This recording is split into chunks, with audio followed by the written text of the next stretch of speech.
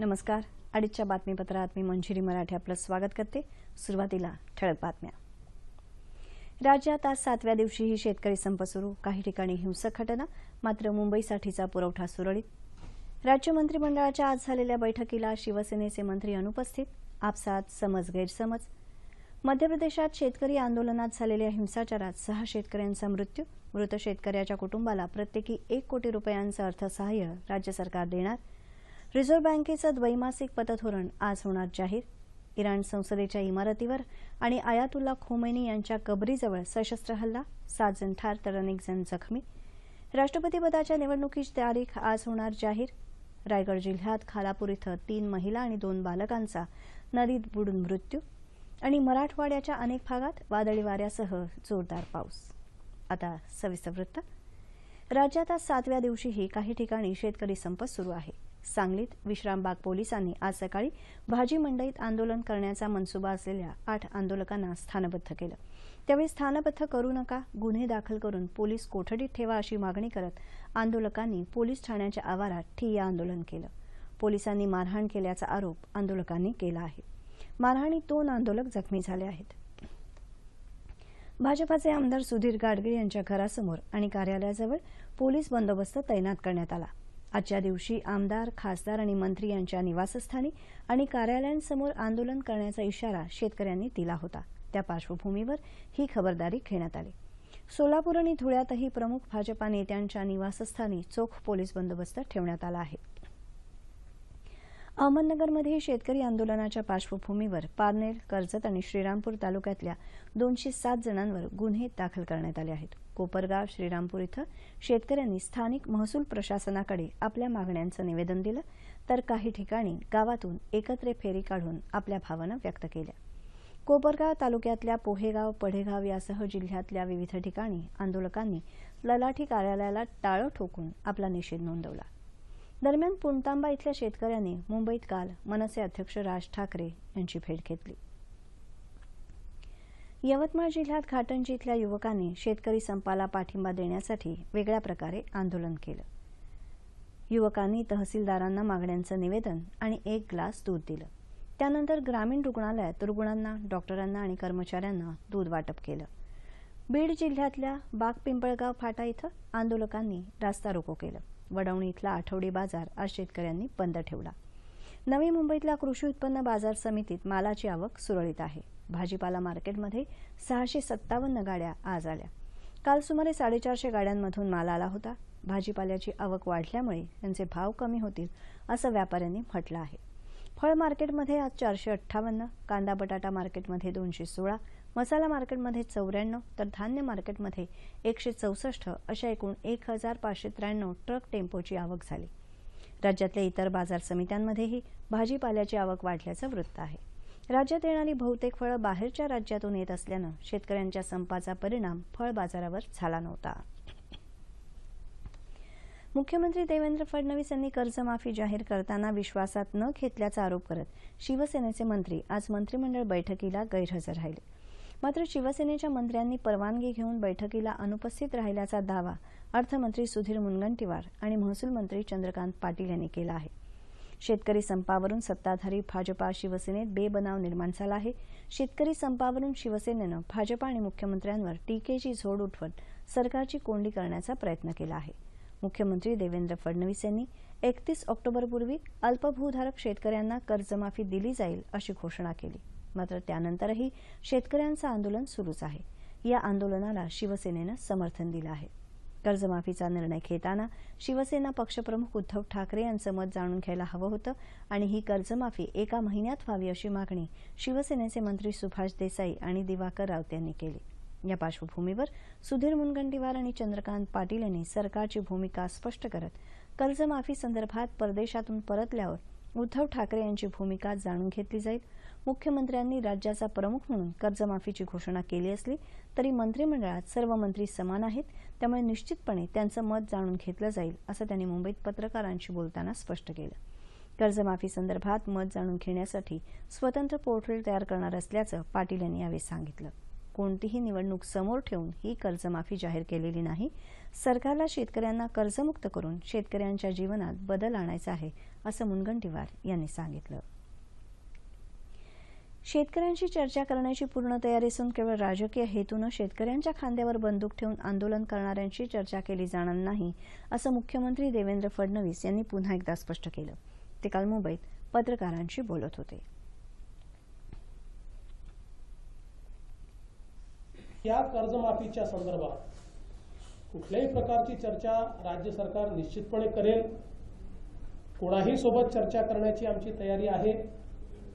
मात्र चर्चा त्यांच्यासोबत होऊ शकते जे खऱ्या अर्थानं शेतकऱ्यांचे नेते आहेत, शेतकऱ्यांकरता ज्यांना खऱ्या अर्थानं कळव आहे किंवा शेतकऱ्यांकरता ते खरं आंदोलन करतायत. मग ते आमच्यावर टीका करणारे असले तरी देखील चालतील, तरी देखील त्यांच्याशी चर्चा करू.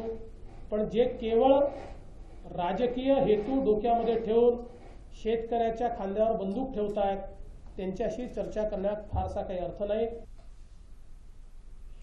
अडचणीत सापडलेल्या गरजू शेतकऱ्यांची 31 ऑक्टोबरपूर्वी कर्जमाफी करणार असल्याचं सांगतानाच ही आतापर्यंतची सगळ्यात मोठी कर्जमाफी असेल, असं त्यांनी सांगितलं. कर्जमाफी करताना कोणत्याही तांत्रिक अडचणी येऊ नयेत, तसंच कोणत्याही प्रकारचा घोटाळा होऊ नये यासाठी 4 महिन्यांचा अवधी घेतल्याचं त्यांनी सांगितलं. कॅगनं दिलेल्या निष्कर्षानुसार याआधी झालेल्या कर्जमाफीत घोटाळा झाला होता. त्यामुळे आता कर्जमाफी करताना तंत्रज्ञानावर आधारित यंत्रणा उभी करणार असल्याचं मुख्यमंत्र्यांनी सांगितलं. शेतकरी संपादरम्यान झालेल्या हिंसक घटनांमागे कोणता पक्ष आहे याची संपूर्ण माहिती असल्याचं सांगत मुख्यमंत्र्यांनी विरोधकांवर टीका केली. मध्य प्रदेशमध्ये मंदसौर जिल्ह्यात शेतकरी आंदोलनाच्या वेळी झालेल्या हिंसाचारात 6 शेतकऱ्यांचा मृत्यू झाला तर 2 जण जखमी झाले. मंदसौर जिल्ह्यात पिपलिया मंडिया इथं शेतकरी आंदोलनाला हिंसक वळण लागलं. यावेळी झालेल्या आंदोलनात शेतकऱ्यांनी अनेक वाहनं पेटवून दिली. यावेळी गोळीबारही झाला. मात्र हा गोळीबार पोलिसांनी केला नसल्याचं प्रशासनानं सांगितलं. परिस्थिती नियंत्रणात आणण्यासाठी मंदसौर जिल्ह्यात अनेक ठिकाणी संचारबंदी लागू करावी लागली. तसंच इंटरनेट सेवाही खंडित करण्यात आली. या घटनेच्या न्यायालयीन चौकशीचे आदेश देण्यात आले आहेत. मृत शेतकऱ्यांच्या कुटुंबाला प्रत्येकी 1 कोटी रुपये तर जखमींना 5 लाख रुपये देण्याची घोषणा मुख्यमंत्री शिवराज सिंग चौहान यांनी केली आहे. राष्ट्रीय लोकशाही आघाडी सरकारच्या कामगिरीबाबत काँग्रेस कार्यकारिणीच्या बैठकीत प्रश्नचिन्ह उपस्थित करणाऱ्या काँग्रेसला भाजपानं जोरदार प्रत्युत्तर दिलं आहे. नरेंद्र मोदी यांच्या नेतृत्वाखाली गेल्या 3 वर्षात झालेलं काम आणि सरकारच्या कामगिरीची देशातल्या जनतेला चांगली माहिती आहे, असं भाजपाचे प्रवक्ते संबित पात्रा यांनी सांगितलं. नवी दिल्ली इथं घेतलेल्या वार्ताहर परिषदेत त्यांनी काँग्रेसनं उपस्थित केलेल्या प्रश्नांचा समाचार घेतला. देशातल्या जनतेनं विमुद्रीकरणाच्या निर्णयाचं समर्थन केलं आहे आणि यामुळे गरीब जनता अतिशय समाधानी आहे, असं ते म्हणाले. करनी चाहिए कि कांग्रेस में अब काम कौन करता है, वर्क कौन करता है, इसको छोड़कर वो ये चिंता कर रहे हैं कि मोदी जी देश के लिए वर्क कर रहे हैं या नहीं. मैं कांग्रेस जी की अध्यक्षा को और कांग्रेस पार्टी के उपाध्यक्ष को ये बोलना चाहूंगा कि मोदी जी काम कर रहे हैं या नहीं उसकी चिंता आप मत करिए. उसका प्रमाण, उसका नतीजा जमीन पर दिख रहा है. भारतीय लष्कराला राजकारणात ओढल्याबद्दल पात्रा यांनी काँग्रेस नेते पी चिदंबरम आणि माकपा नेते प्रकाश करात यांच्यावर जोरदार टीका केली. काश्मीरमधल्या फुटीरतावाद्यांना भेटल्याबद्दल मणिशंकर अय्यर यांची काँग्रेसनं हकालपट्टी करायला हवी होती, असं ते म्हणाले. काँग्रेस कार्यकारिणीच्या बैठकीत सोनिया गांधी यांनी सरकारची धोरणं नियोजन शून्य असल्याचा आरोप केला होता, तर डॉ. मनमोहन सिंग यांनी विमुद्रीकरणाच्या निर्णयामुळे देशाचा विकास मंदावला असल्याचं म्हटलं होतं. राज्याच्या महाधिवक्ता या पदावर आशुतोष कुंभकोणी यांच्या नियुक्तीची शिफारस राज्यपाल चे विद्यासागर राव यांना करायला राज्य मंत्रिमंडळानं आज मंजुरी दिली. राज्यपालांनी शिफारस स्वीकारल्यानंतर महाधिवक्ता या पदावर कुंभकोणी यांची निवड करण्यात येईल. आधारभूत किंमत खरेदी योजनेअंतर्गत 2016-17 या खरीप पणन हंगामात खरेदी केलेल्या धानाची भरडाई करण्यासाठी केंद्र सरकारनं मंजूर केलेल्या प्रति क्विंटल 10 रुपये भरडाई दराव्यतिरिक्त 30 रुपये वाढीव दर राज्य सरकारनं मंजूर केला. त्याचप्रमाणे राज्यातल्या शासकीय महाविद्यालय तसंच रुग्णालयांमधल्या दंतशल्य चिकित्सक या पदांवर विभागीय निवड मंडळ पुरस्कृत उमेदवार म्हणून तात्पुरत्या नियुक्तीनं कार्यरत उमेदवारांच्या सेवा नियमित करायलाही मंत्रिमंडळानं मंजुरी दिली. नागपुरातल्या उमरेड, कुही आणि भिवापूर या तालुक्यांसाठी उमरेड इथं दिवाणी न्यायालय स्थापन करण्यासह पदनिर्मिती करण्याचा निर्णय मंत्रिमंडळानं आज घेतला.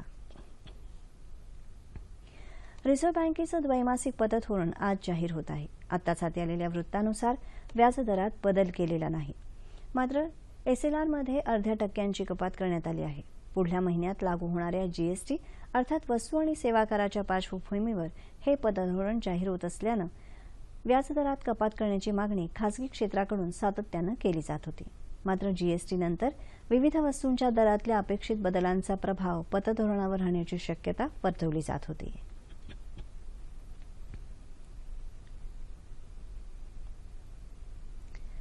राष्ट्रपती पदाची निवडणूक आज घोषित होणार आहे. आज संध्याकाळी पत्रकार परिषद घेऊन निवडणूक आयोग निवडणुकीचा कार्यक्रम जाहीर करेल.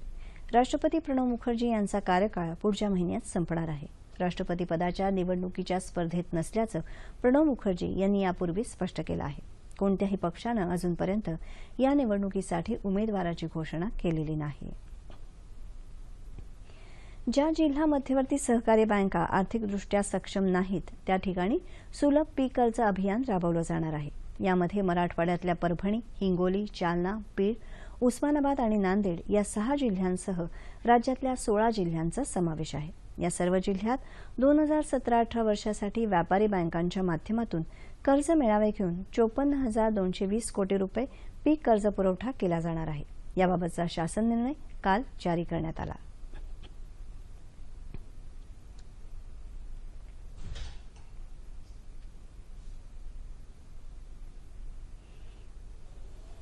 इराणच्या संसदेच्या इमारतीवर आणि अयातुल्ला खोमेनी यांच्या कबरीजवळ आज सशस्त्र हल्लेखोरांनी केलेल्या हल्ल्यात 8 ठार तर अनेक जण जखमी झाल्याचं वृत्त आहे.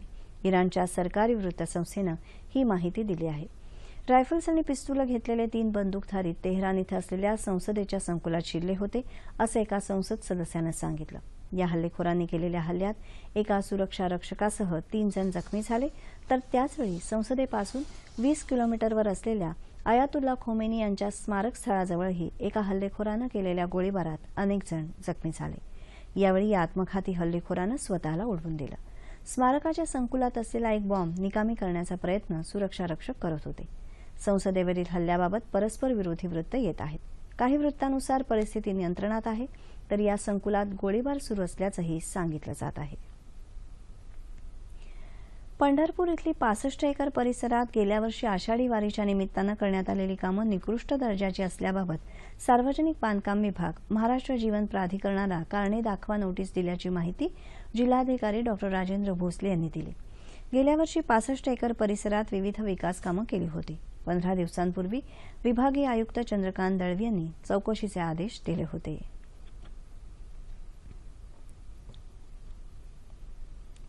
रायगड जिल्ह्यात खालापूर इथं आज सकाळी शिरवली नदीत 2 बालकं आणि 3 महिला बुडल्या. या महिला कपडे धुण्यासाठी नदीवर गेल्या होत्या. त्यावेळी त्यांची 2 मुलं नदीत आंघोळ करत होती. यावेळी हे 5ही जण नदीत वाहून गेले. या अपघाताच्या कारणांचा शोध सुरू असल्याची माहिती पोलिसांनी दिली आहे. गरिबांना कमी खर्चात आणि जलद गतीनं न्याय देण्याच्या वचनबद्धतेचा सरकारनं पुनरुच्चार केला आहे. 10 वर्ष प्रलंबित खटल्यांचा निपटारा करण्यासाठी देशभरात न्यायमित्र नियुक्त करणार असल्याची घोषणा केंद्रीय विधिमंत्री रविशंकर प्रसाद यांनी केली. ते लखनौ इथं अलाहाबाद उच्च न्यायालयाच्या लखनौ पीठाच्या कार्यक्रमात बोलत होते. न्यायमित्र म्हणून सेवानिवृत्त न्यायाधीशांची नियुक्ती करण्यात येईल असं रविशंकर प्रसाद यांनी सांगितलं. तो एक बहुत बड़ा फैसला माननीय मुख्यमंत्री ने किया है कि उत्तर प्रदेश में 7.5 लाख ऐसे मामले हैं जो 10 साल से पुराने हैं. 7.5 लाख मामले 10 साल से पुराने हैं. माननीय मुख्यमंत्री जी ने आज अपने मुख्य सचिव को निर्देश दिया है कि इन सारे मामलों को वो रिव्यू करें. इसमें अगर सरकार के कारण देरी है उसको ठीक करें, पुलिस के कारण देरी है उसको ठीक करें, अगर कोई सरकारी गवाह नहीं पेश किया है उसको ठीक करें. सरकार की ओर से 10 साल से अधिक पुराने मामले जो 7.5 लाख के हैं उनके जल्द से जल्द निपटारा की पूरी सक्रियता के साथ कार्रवाई की जाए. पंतप्रधान नरेंद्र मोदी यांच्या नेतृत्वाखालील सरकार पर्यटनाला चालना देण्याच्या दृष्टीनं उचलत असलेल्या पावलांचे सकारात्मक परिणाम दिसू लागले आहेत. जागतिक पर्यटन क्रमवारीत भारतानं लक्षणीय झेप घेतली असून 2015च्या तुलनेत यावर्षी भारत 52 वरून 40व्या स्थानावर पोहोचला आहे. संयुक्त राष्ट्रांच्या जागतिक पर्यटन संघटनेनं ही क्रमवारी जाहीर केली. भारतात परदेशी तसंच अनिवासी भारतीयांचं येण्याचं प्रमाण दुपटीपेक्षा अधिक वाढलं आहे.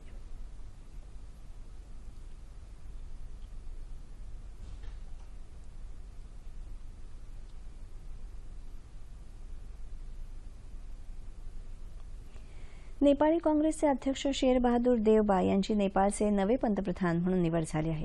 त्यांनी आपल्या पदाची शपथ घेतली. 593 सदस्यांपैकी 388 सदस्यांनी देवबा यांच्या बाजूने मतदान केलं. देवबा नेपाळचे 40वे पंतप्रधान आहेत. 70 वर्षांचे देवबा चौथ्यांदा पंतप्रधान झाले आहेत. यापूर्वी 1995, 2001 आणि 2004 मध्ये त्यांनी हे पद भूषवलं होतं. पंतप्रधानपदी निवड झाल्याबद्दल देवबा यांचं पंतप्रधान नरेंद्र मोदी यांनी अभिनंदन केलं आहे.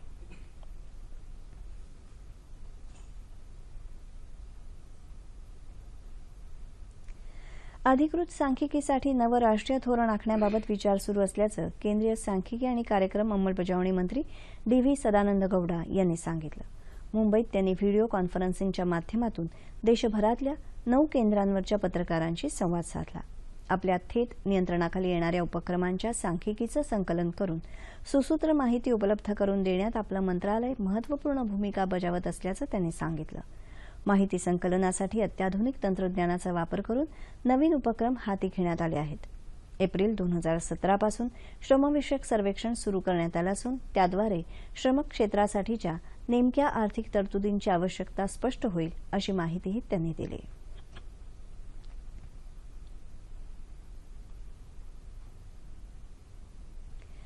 लातूर जिल्हा काँग्रेसचे अध्यक्ष ज्येष्ठ विधिज्ञ व्यंकट बेनरे यांनी आपल्या पदाचा राजीनामा दिला आहे. ते माजी मुख्यमंत्री विलासराव देशमुख यांचे खंदे समर्थक होते. हा राजीनामा बेनरे यांनी 28 मे रोजीच प्रदेशाध्यक्ष अशोक चव्हाण यांच्याकडे पाठवला. बेनरे यांनी या कृतीमागचं कारण सांगितलेलं नाही.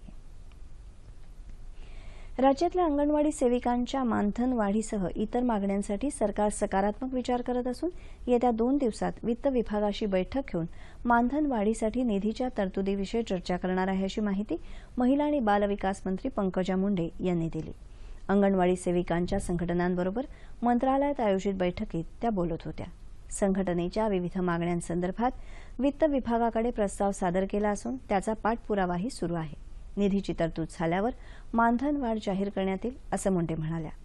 सेविकांना सेवा ज्येष्ठता आणि शिक्षणानुसार मानधन वाढ, निवृत्तीनंतर देण्यात येणारी रक्कम ही केलेल्या सेवा काळावर देण्यात येण्यासाठी प्रयत्न केला जाईल असंही मुंडे यांनी यावेळी सांगितलं. वैधमापनशास्त्र यंत्रणा म्हणजेच वजन माप विभागाशी संबंधित खात्याच्या कामांमध्ये सुसूत्रता यावी आणि नागरिकांना सुलभपणे सेवा मिळावी यासाठी या विभागाचं संपूर्ण संगणकीकरण करण्यात येणार आहे अशी माहिती अन्न, नागरी पुरवठा आणि ग्राहक संरक्षण मंत्री गिरीश बापट यांनी दिली. नियंत्रक वैधमापनशास्त्र कार्यालयाचं मुंबईतल्या दूरसंचार इमारतीत स्थलांतर करण्यात आलं आहे. या नव्या कार्यालयाचं उद्घाटन बापट यांच्या हस्ते झालं त्यावेळी ते बोलत होते. ग्राहकांच्या फसवणुकीविरोधात कार्यालयात तक्रारी येत असतात, त्यामुळे या कार्यालयाचं संगणकीकरण करण्याचा निर्णय घेतला असल्याचं त्यांनी सांगितलं. लवकरच हे काम पूर्ण होऊन नागरिकांना या विभागाच्या सेवा डिजिटल स्वरूपात मिळणार आहेत असंही बापट यांनी सांगितलं. नांदेड, उस्मानाबाद आणि बीड जिल्ह्यात रात्री पाऊस झाला. नांदेड जिल्ह्यात विजांच्या कडकडाट आणि वादळासह पाऊस पडला. वादळामुळे अर्धापूर, मुदखेड आणि भोकर तालुक्यात केळीच्या बागांचं मोठं नुकसान झाल्याचं आमच्या वार्ताहरानं कळवलं आहे. उस्मानाबाद शहरातही तासभर जोरदार पाऊस पडला, तर बीड जिल्ह्यात अंबाजोगाई भागात रात्री चांगला पाऊस झाला. परभणी जिल्ह्याच्या अनेक भागात काही रात्री सुरू झालेला पाऊस पहाटेपर्यंत सुरू होता. या पावसामुळे परभणी शहरातल्या अनेक भागांचा विद्युत पुरवठा विस्कळीत झाला. दरम्यान सोमवारी झालेल्या पावसामुळे जायकवाडी धरणाच्या पाणीसाठ्यात 0.5% वाढ झाली आहे. अकोल्यात वादळी वाऱ्यासह पावसानं हजेरी लावली. सोलापूर शहर परिसरात आणि जिल्ह्यातही अनेक ठिकाणी रात्रभर मध्यम तर काही ठिकाणी जोरदार पाऊस झाला. बुलडाण्यातही सकाळी पाऊस पडला.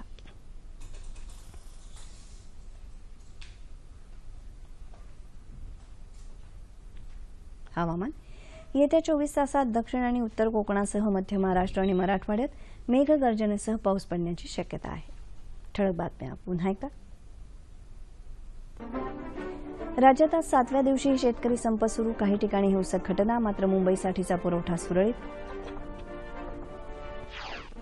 राज्य मंत्रिमंडळाच्या आज झालेल्या बैठकीला शिवसेनेचे मंत्री अनुपस्थित. आपसात समज गैरसमज.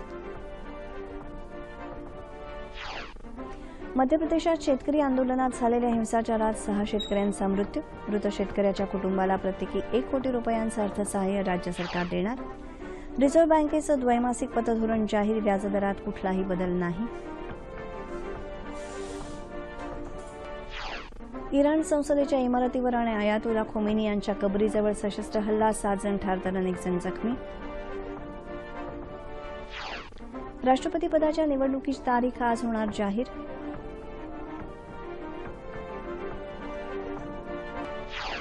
रायगड जिल्ह्यात खालापूर इथं 3 महिला आणि 2 बालकांचा नदीत बुडून मृत्यू. आणि मराठवाड्यात अनेक भागात वादळी वाऱ्यासह जोरदार पाऊस.